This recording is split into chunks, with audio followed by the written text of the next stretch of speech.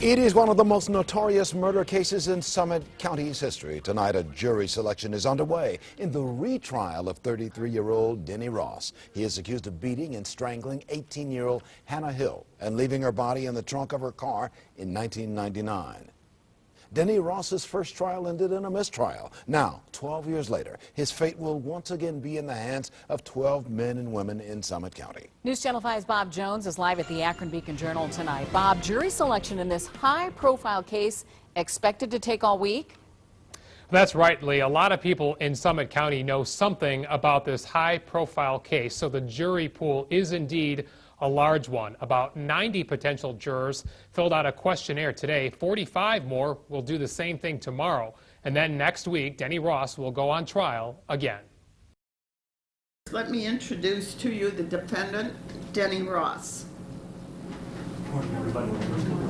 Soon, a Summit County jury will hear the case against Denny Ross. Prosecutors say they now have DNA evidence from the victim's fingernails in the trunk of her car, evidence that wasn't available at Ross's first trial in 2000. The retrial expected to be a long one. The trial will continue through next week for a total of 8 weeks. I'm thankful that they found my daughter.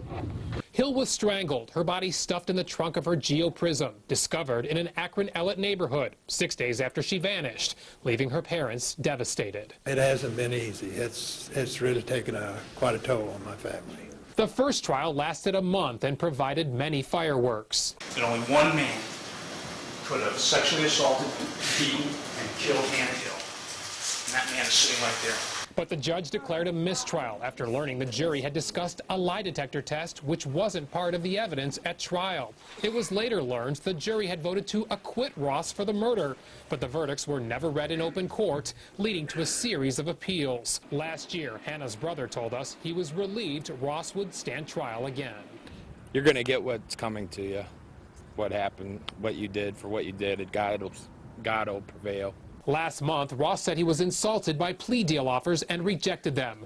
But in an interview last year, the prosecutor seemed confident. I can tell you quite confidently that the right man has been charged, and I feel very strongly that once the jury hears the evidence in this case, they will agree.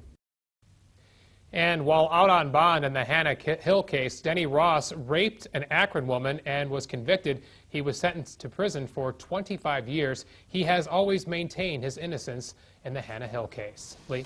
Well, Bob, you mentioned a lot of people remember this case, and probably many of the potential jurors do as well. So what happens next in the selection process?